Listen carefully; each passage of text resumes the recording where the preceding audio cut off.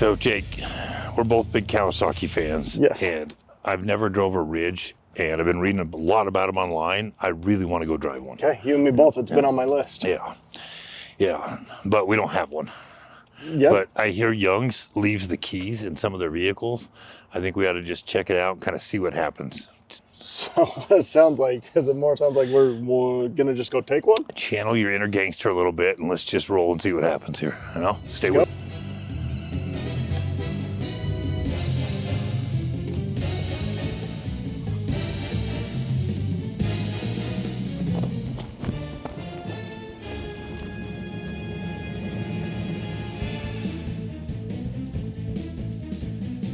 Target's in sight, but I really feel that maybe we should have been wearing masks or at least a fake mustache.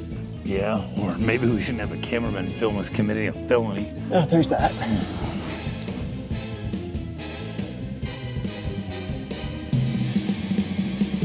What's up, guys? What are you guys doing? Oh, hey, bro. Hey, what's up, bro? Man? Yeah. You guys checking out the Ridge? Yeah, they're pretty cool. You know, we're big Kawasaki fans, you know.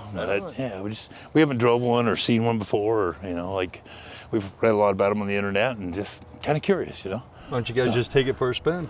Oh, we can do that? Yes, sir. Seems like a much easier option. Yeah, fine. Well, thanks, bro. No problem, bro. Just don't jump it, all right? We won't jump it. Yeah, thanks, man. No problem. I'm so gonna jump it.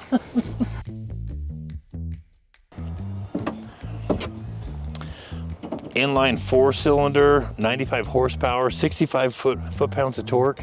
I mean, it might be kind of impressive for what it is, you know? Yeah, only one way to find out though. Yep. So we have never actually drove a Kawasaki Ridge. Nope. And so we are big fans of Kawasaki.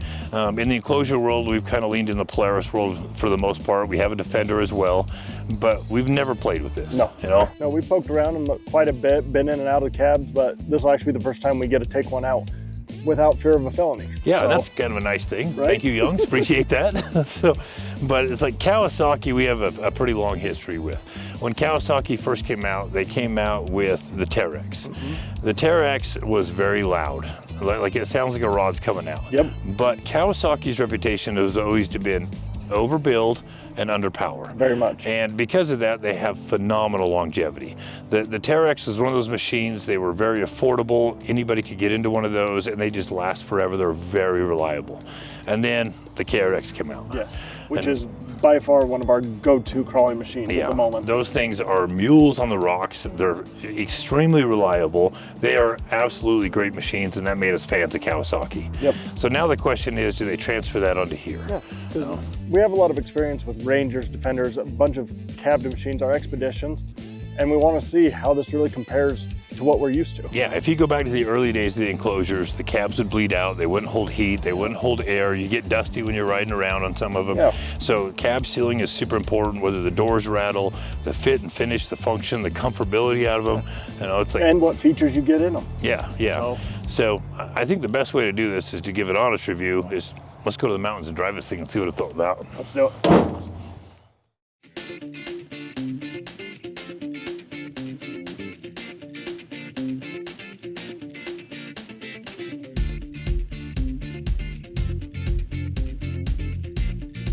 It's been a while since we've been in a rig where I'm actually worried about bottoming out, you know? Yeah, well, especially on shows like this, how often was the last time that you're actually having to pick your route? Yeah. And we're not used to just driving over, because everything that we build, even our utility machines, we're putting portals on them, 35-inch tires minimum.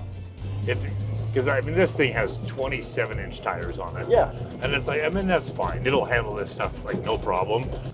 Yep. And I would say that is one of the biggest downsides of these utility machines is the out of the gate clearance. Yeah, I mean, for trail riding and cruising around, I mean, it's not that big of a deal, but when you get in some rough terrain and some rocky areas and stuff, I mean, you're bashing them pretty good. You need a good skid plate on them. And 9-10 inches is pretty good, you know? But I mean, I think the gearing in this thing, we're in high gear climbing up this right now. Like, I feel like it's geared very well, that it would handle, you know, 30s, 31s, no problem, you know, even 32s probably. But we're gonna put this namesake to the test. We're gonna end up on one of the prettiest ridge overlooks up here. Yeah, the top of this canyon is so pretty. And it's a pretty rowdy fight to get up here. This is a pretty rugged canyon. This is one of those trails that is a non-maintained, non-groomed trail, and there's access to it all year round, which is super fun. But there's a lot of erosion that comes down this trail, so it washes all the sediment out. You get a lot of rocks, a lot of boulders, and it's Jake and I are both wearing sports bras for a reason. You know? Seriously.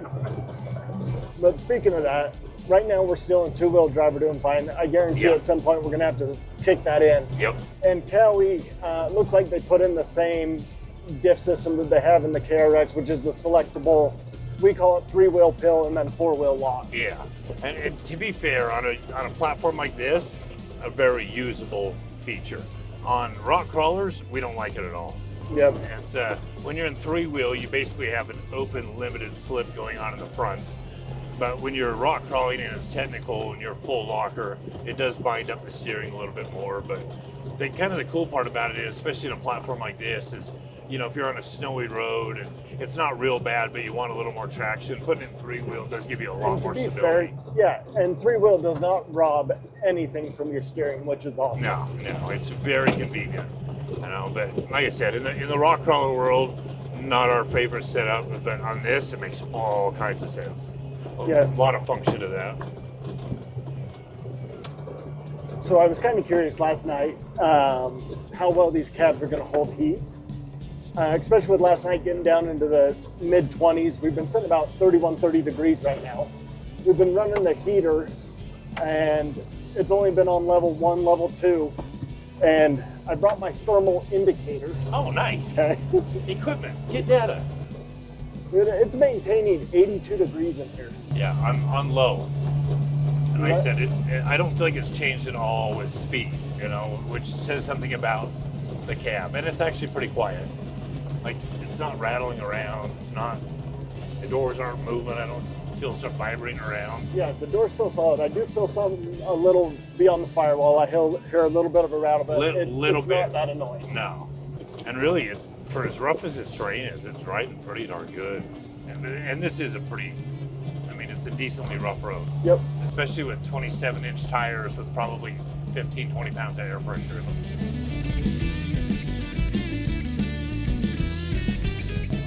When a lot of the enclosures on doors, they have this funky swoop in them. And it makes it kind of uncomfortable for an armrest if you have the windows down. And this one's really not too bad. Far enough back that it's far enough back that you're not, all weird with it.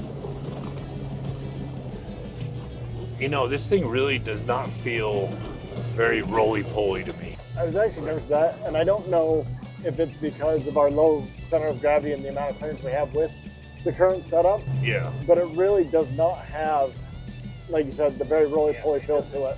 Yeah, it's like a factory Ranger when you're driving them. They do have that Winnebago feel to it. Like, this feels a little more sporty, like a little less body roll, a little. Yeah. It doesn't feel like it's getting in trouble. Yeah, to where that's a little bit stiffer suspension's actually aiding us a little bit. And to be fair, we're still in high gear. Yeah. Yeah, and I'm telling you, this thing will do well with some bigger tires on it. I don't think it'll affect the low crawl at all, and you'll gain another 5 miles an hour on the top end at a lower RPM. With a little more circumference, Yeah. We're still in two-wheel drive in high gear. That's pretty impressive. All right, this is where I'm curious if we're going to be able to get away with staying in two-wheel drive here. No, let's find out.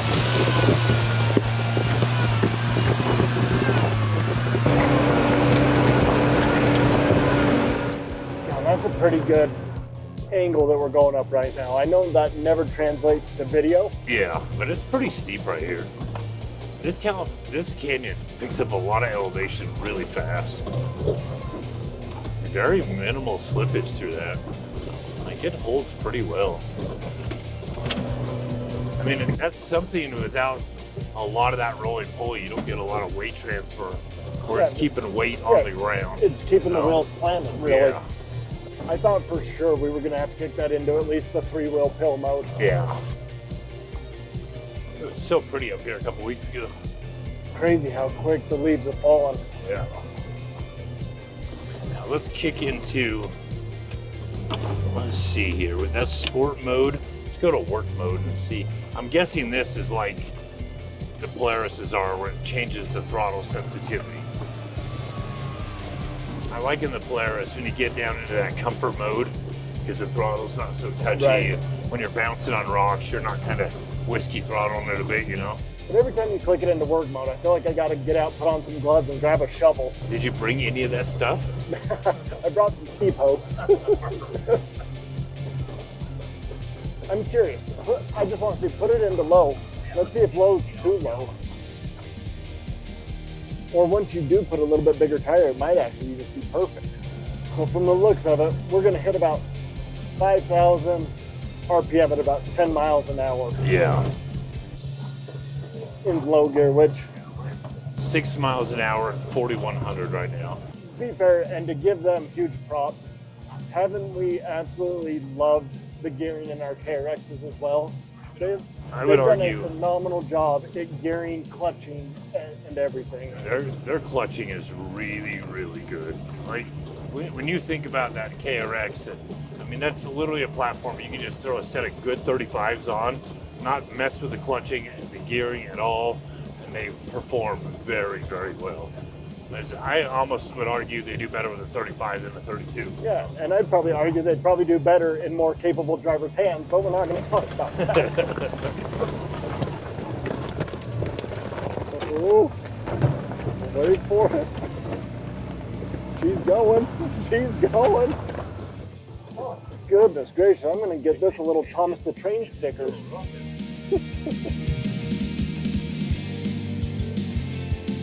Well, let's talk about it. Well, our first ride in the Kawasaki Ridge, we brought to one of our favorite ridges. So, Yeah. I mean, that feels like it's, Give a little tribute to the namesake. yeah, a little appropriate, yeah. Yeah, for sure. So, first impressions, give me your best. What do you like about it? To be honest, I don't know if I just had low expectations, which I don't know why, but my expectations were exceeded. As far as ride comfort, cabin closure, several things, I'm happy. It's a cool machine. Yeah, I thought it was going to be, I mean, honestly, when I first got in it, I thought the seat looked relatively uncomfortable. I thought it was going to be another roly-poly machine. It handled really well, and the seat's actually pretty comfortable. And full disclosure, I brought a mouth guard. Right, That's what I thought I was in for. And Yeah. to be honest, it was actually a fairly comfortable ride. That's a pretty rough road coming up here. And like the things I liked about it the most, I love the gearing in it. This is we did most of that canyon in high gear. Mm-hmm. Like you could certainly put some 32s on that thing. It would handle just fine. It's got plenty of torque. It's got plenty of good gearing in it. Like, because I think a bigger tire would be first on the list of my modifications. Of course. On it. But it's powerful enough.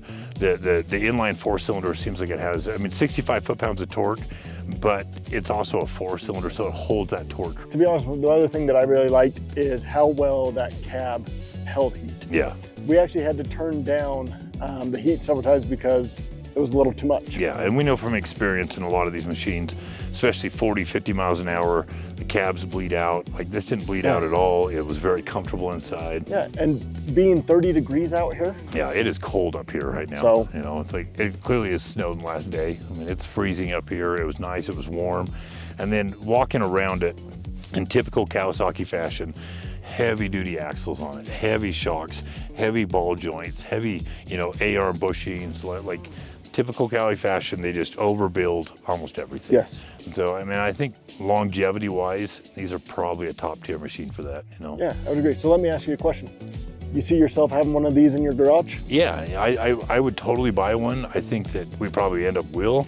I think that, you know, Portals, 35s, got to do our It's just stuff those, to it. I you think know? honestly, we do those couple things, and the things that we were kind of holding back because of the looks of it completely goes away. Yeah, when you look at it at first, it's such a big machine with such small tires on it, minimal ground clearance, and you're like, yeah, okay, you know what I mean? But there's a lot. You could go a long ways with one of these. But to speak to the minimal ground clearance, every time we've gotten in and out of this, how nice was it just to swing out and just step right out? Yeah, and maybe the older we get, the more this is going to be kind of our, you know. I mean, it maneuvers really well. It has a good turning radius Really on stays it, planted. good feel. It's stable. Like I said, it surprised me how it's not roly-poly. Yeah, I Like would agree. for as tall as the cab looks on it, you kind of get that.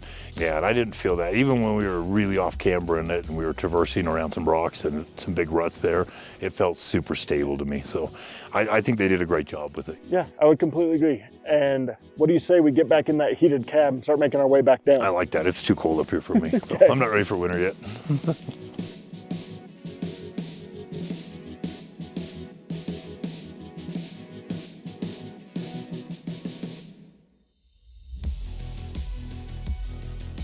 So if we had to come up with a complaint about the machine we just drove, the two things about it were the bench seat Yeah, definitely the bench seats. and then clearance. Yep.